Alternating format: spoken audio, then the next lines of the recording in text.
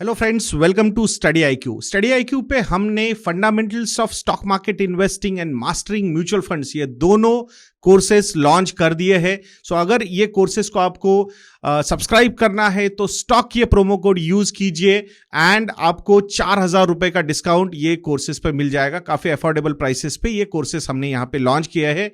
आशा करूंगा आप जरूर उनको सब्सक्राइब करोगे। आज की ताजा खबर तो यही है कि इन्फ्लेशन जो है इंडिया में, WPI inflation, wholesale price index वाला जो इन्फ्लेशन है, मतलब बिजनेस टू बिजनेस जो सेल होता है, वो inflation is at 17 year high. 17 साल के हाई लेवल पे ये इन्फ्लेशन चल रहा है and the number is 15.08%। WPI inflation में कौन सी वो चीजें आती है, उसके बारे में मैंने कल एक ट्वीट किया था जहां एक डिटेल में मैंने बताया है कि इसके मेजर कंपोनेंट्स क्या होते हैं। But wholesale price index exactly होता क्या है, यानी बिजनेस टू बिजनेस सेल होता है, कंज्यूमर उसमें इन्वॉल्व नहीं होता है। एक बिजनेस कुछ कमोडिटीज, कुछ प्रोडक्ट्स दूसरे बिजनेस को सेल करता है, अल्टीमेटली दूसरा बिजनेस जाके कंज्यूमर्स को वो उसके प्रोडक्ट्स मतलब एंड प्रोडक्ट्स या फिर वही प्रोडक्ट सेल करते हैं। तो ये इन्फ्लेशन बिजनेस लेवल पे इतना ज्यादा हो चुका है। मेजरली अगर हम बात करेंगे तो इसके कंपोनेंट जो है, जिसमें पेट्रोल और डीजल, ये चीजें तो आती है बिकॉज बिजनेसेस को ट्रांसपोर्ट कॉस्ट भी होती है उनमें involve, and that's why it is an important thing. Ultimately यही वो WPI इन्फ्लेशन है जो पास ऑन हो सकता है ऑन कंज्यूमर्स, और उसी तरीके से रिटेल इन्फ्लेशन भी यहां पे बढ़ सकता है। सो नॉर्मली ऐसा माना जाता है कि WPI इन्फ्लेशन एक ट्रिगर होता है CPI इन्फ्लेशन, रिटेल इन्फ्लेशन के लिए, कि वो आने वाले समय में क्या होना चाहिए। तो इसीलिए गवर्नमेंट इसको बहुत ज्यादा सीरियसली भी लेता है। भले ही मतलब ओवरऑल रिटेल इन्फ्लेशन पे हमारा फोकस ज्यादा होता है, RBI की जो पॉलिसीज निकलती है वो रिटेल इन्फ्लेशन पे निकलती है, बट अल्टीमेटली रिटेल इन्फ्लेशन को ड्राइव करने के लिए WPI इन्फ्लेशन भी उतना ही इंपॉर्टेंट होता है, ऐसा मुझे लगता है। और इसीलिए इस नंबर पे भी हमने ध्यान रखना जरूरी है। कंसिस्टेंटली काफी समय से ये डबल डिजिट में जा रहा है और अभी तो 17 ईयर हाई लेवल पे ये जा चुका है। So hopefully regarding petrol and diesel prices, government will start taking some actions कि वहां पे प्राइस डिक्रीज करना, वो ड्यूटीज कम करना शायद बहुत ज्यादा जरूरी है। हो सकता है कि कोई ना कोई तो हमें सुन रहा होगा और आप भी उस आवाज को वहां तक पहुंचाओगे। I understand there are fiscal deficit targets, वो मैनेज करना है, बट मुझे ऐसा लगता है इन्फ्लेशन एक ऐसा राक्षस है जो एक बार अंदर आ जाता है ना, तो उसको निकालना बहुत ज्यादा मुश्किल हो जाता है। What is happening in US, जिस तरीके से इन्फ्लेशन ने हैवॉक क्रिएट करके रखा है वहां पे, एंड दैट्स व्हाई 40 साल में ये सिचुएशन आई नहीं। मतलब वहां पे जो जो लोग काम कर रहे हैं, जो जो इकोनॉमिस्ट लोग, जो जो गवर्नर लोग काम कर रहे हैं, शायद उन्होंने अपनी लाइफ टाइम में, yes I am making it a conscious मतलब कमेंट, उन्होंने अपनी लाइफ टाइम में इतना हाई इन्फ्लेशन कभी देखा ही नहीं था। सो थियोरेटिकली बुक्स में इन्फ्लेशन को मैनेज करना अलग हो सकता है एंड प्रैक्टिकली अलग हो सकता है। ये अभी बहुत सारी दुनिया को समझ में आ रहा है। मैं ये नहीं बोल रहा मुझे पता है और उनको पता नहीं है, प्लीज, मतलब हम तो बहुत ही तुच्छ प्राणी है ये सब चीजें समझने में, बट स्टिल जो जो चीजें लर्निंग्स हम देख सकते हैं, तो वहां पे अहेड ऑफ द कर्व रहना बहुत ज्यादा जरूरी है, जो कहीं ना कहीं बहुत सारे लोग मिस आउट होते हुए नजर आ रहे हैं। सो होपफुली यहाँ पे हमारा तो सिर्फ एक सबसे बड़ा प्रॉब्लम है इंडिया का, और वो है क्रूड ऑयल प्राइसेस। अगर वो सब चीजें सॉल्व हो जाए तो otherwise macro economy is looking much much better in much better situation. Look at the debt levels of corporates, कितने यहाँ पे कम हुए हैं, तो वहां प्रॉफिटेबिलिटी देखिए कॉर्पोरेट्स की वो कितनी अच्छी हुई है।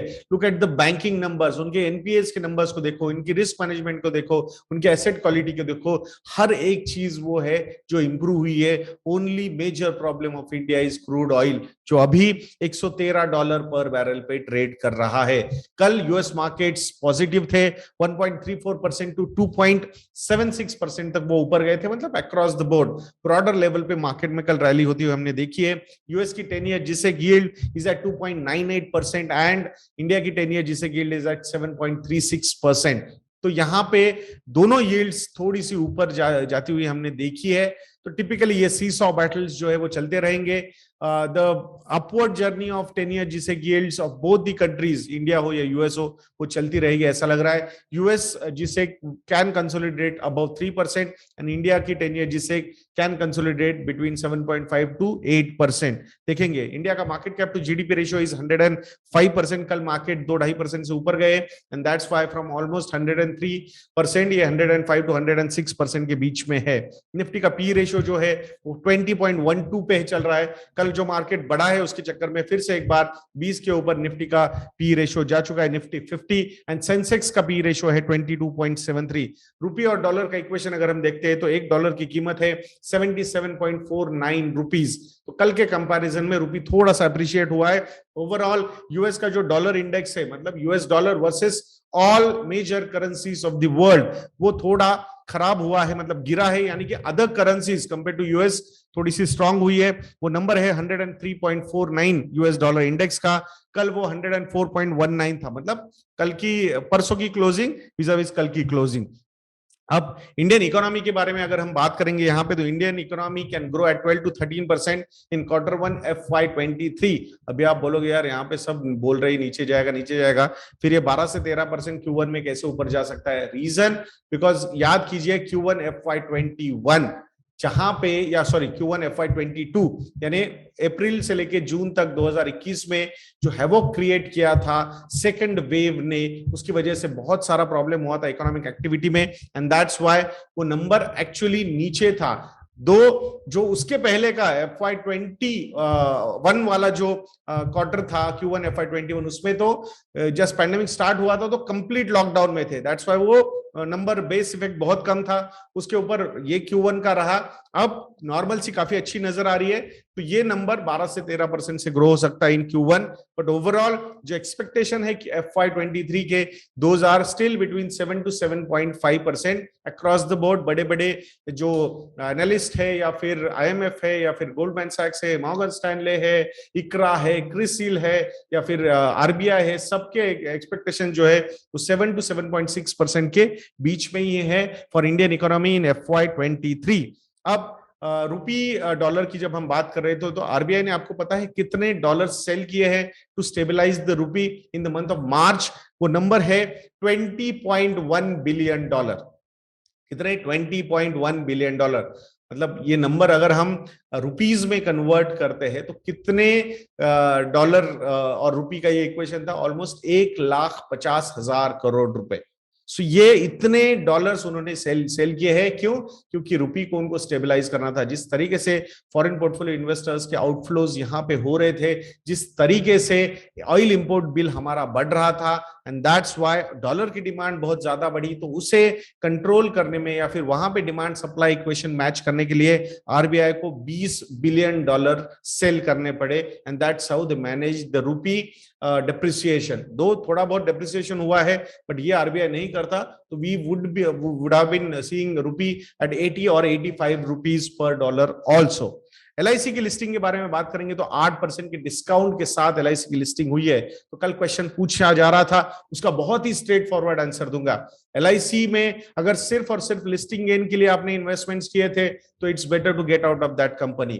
अगर आपको बिजनेस अच्छा लगता है so then you need to maintain your allocation and जैसे जैसे रिजल्ट्स आएंगे क्वार्टरली उसको आपको एनालाइज करना होगा। तो ये टोटली आप पे डिपेंड करेगा कि आपने किस ऑब्जेक्टिव से एलआईसी में इन्वेस्टमेंट किया था। सिर्फ लिस्टिंग गेन से किया था, objective was not fulfilled, gate out of that company. अगर ऑब्जेक्टिव था कि नहीं भाई ये तो मुझे लॉन्ग टर्म के हिसाब से LIC as a brand, LIC as a business मुझे अच्छा लगता है इसीलिए मैंने इन्वेस्टमेंट किया था, तो I think you should wait for that to happen कि वो बिजनेस कैसा परफॉर्म करता है, कैसे वो अपनी प्रॉफिटेबिलिटी कमाता है। सो प्लीज सिर्फ मतलब ऑब्जेक्टिव क्लियर रखिए और इन्वेस्टमेंट के कॉल्स लेना ये भी उतना ही इंपॉर्टेंट होता है।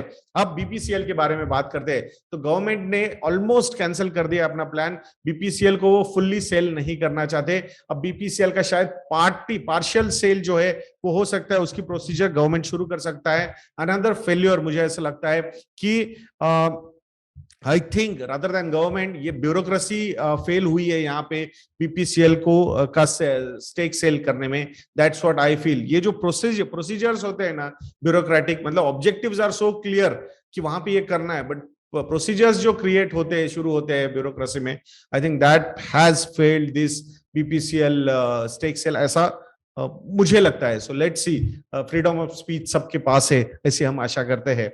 भारतीय एयरटेल Q4 रिजल्ट्स के बारे में बात करेंगे। सो प्रॉफिट जो है वो 164% ईयर ऑन ईयर यहाँ पे ग्रो हुए हैं।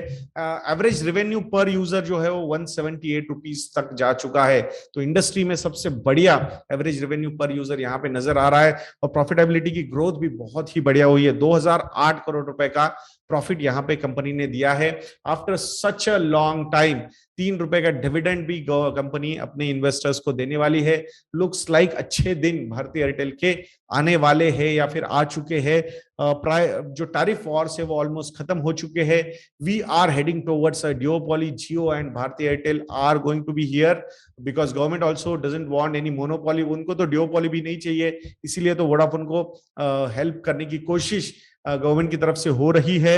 नथिंग निगेटिव, ऑब्वियसली होनी चाहिए, मतलब किसी भी कंपनी को इतने एम्प्लॉइज डिपेंडेंट वगैरह होते हैं।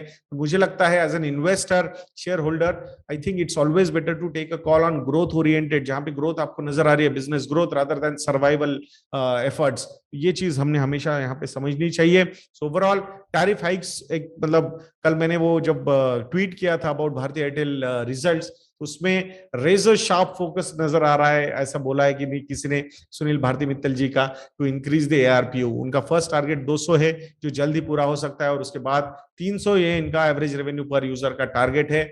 हो सकता है हमारे लिए थोड़ा सा निगेटिव होगी टैरिफ हाइक्स होना, but as a company business survive होना, looking at their working capital requirements, looking at their capital investments, definitely they need to have more average revenue per user. So देखेंगे कैसे कैसे ये चीजें होती है। टाटा पावर ने Hyundai मोटर्स के साथ पार्टनर किया है यहाँ पे ईवी चार्जिंग इंफ्रा के लिए। अभी बहुत एग्रेसिव नहीं है Hyundai, बट नंबर 2 पोजीशन पे है मार्केट शेयर के हिसाब से। ओवरऑल अगर हम देखेंगे, दो Tata Motors is challenging this company, so everybody is planning for electric vehicles, और जिसमें Hyundai भी आने वाला है। सिर्फ एक ही कंपनी है, वो है मारुति, जो रिलक्टेंटली आना चाहती है यहाँ पे। बाकी इस कंपनी जो है वो थोड़ा विलिंगली आती हुई नजर आ रही है। So it's a good thing for Hyundai also and Tata power also. वहां पे भी एक pole position EV charging station में, इंफ्रास्ट्रक्चर में टाटा पावर ने लिया हुआ है। It's a good thing. Renewable energy पे भी बहुत ज्यादा फोकस है और ईवी चार्जिंग स्टेशंस पे भी बहुत ज्यादा फोकस है। ये जो चीजें है ना, these things will matter a lot in future। जब ESG पैरामीटर्स पे इन्वेस्टर्स फॉलो करते हैं इन्वेस्टमेंट्स को, तो उस पॉइंट ऑफ व्यू से Tata power is heading towards a right direction, और is heading in a right direction.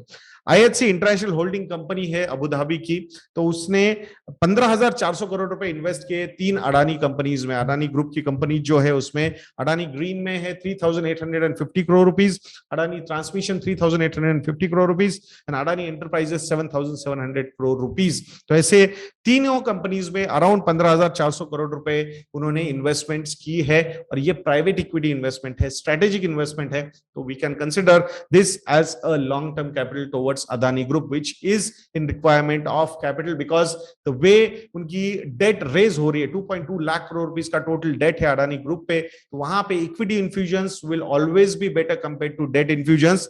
Let's see क्या क्या होता है। MF के बारे में थोड़ा सा बात करेंगे, तो इक्विटी AUM जो है MF में, वो मार्च महीने के नंबर्स डिक्लेयर हो चुके हैं। तो एवरेज इक्विटी AUM जो था म्यूचुअल फंड्स का, वो 13.65 लाख करोड़ रुपीस था। Debt AUM 12.98 lakh crore rupees का था। तो फर्स्ट टाइम इक्विटी AUM ने डेट AUM को बीट किया है, थैंक्स टू दी ETFs। जो एम्प्लॉय प्रोविडेंट फंड का पैसा मार्केट में आ रहा है, तो ETFs का AUM बहुत ही बढ़िया तरीके से वहां पे इंप्रूव हो रहा है। प्लस जिस तरीके से SIP की बुक डेवलप हुई है, वो भी इक्विटी AUM को बहुत ज्यादा हेल्प कर रही है। 12,000 ऑलमोस्ट 12,000 करोड़ रुपए की इक्विटी की बुक है SIP की। तो आप समझ सकते हो अराउंड 1.4 लाख करोड़ रुपीस तक के फंड्स जो है वो every year mutual fund investors SIP के वे में डाल रहे हैं। There will be some redemptions also, I am not denying that, but still I think EPF का पैसा हो जो एक्सचेंज ट्रेडेड फंड की तरफ से आ रहा है, और दूसरा हो SIPs हो, I think things are looking much better capital markets point of view से। बट आई स्टिल फील कि डेट मार्केट भी उतना ही वाइब्रेंट होना चाहिए इंडिया का आने वाले समय में। दो जो मिस्टेक्स हुई है। फ्रैंकलिन का जो सागा हमने देखा है, सिर्फ फ्रैंकलिन ने की, बहुत सारे म्यूचुअल फंड्स ने वो मिस्टेक्स की हुई है। तो वो जो एक स्कार यहाँ पे क्रिएट हुआ है, उसकी वजह से बहुत सारे लोग डिमोटिवेट हुए हैं from investing into date funds. तो वो चीज जब तक सुधारी नहीं जाएगी, मुझे लगता है I think it will take time. But as a develop market, अगर डेवलपिंग टू डेवलप मार्केट हम बनना चाहते हैं, मुझे ऐसा लगता है कि debt markets should be much stronger compare to equity markets. जो फंड रेजिंग के लिए बैंक्स पे डिपेंडेंसी है कॉर्पोरेट्स की, इंडिया के कॉर्पोरेट्स की, वो कम होनी चाहिए और पैसा कैपिटल मार्केट से भी डेट फॉर्म में रेज होना चाहिए। Then our markets will be develop markets. ये हमने हमेशा याद रखना चाहिए दोस्तों यहाँ पे। तो ऐसे वीडियोस के लिए चैनल पे बने रहिए, वीडियो को लाइक करना, शेयर करना, चैनल को सब्सक्राइब करना मत भूलना। नेक्स्ट वीडियो में मिलते हैं। जय हिंद।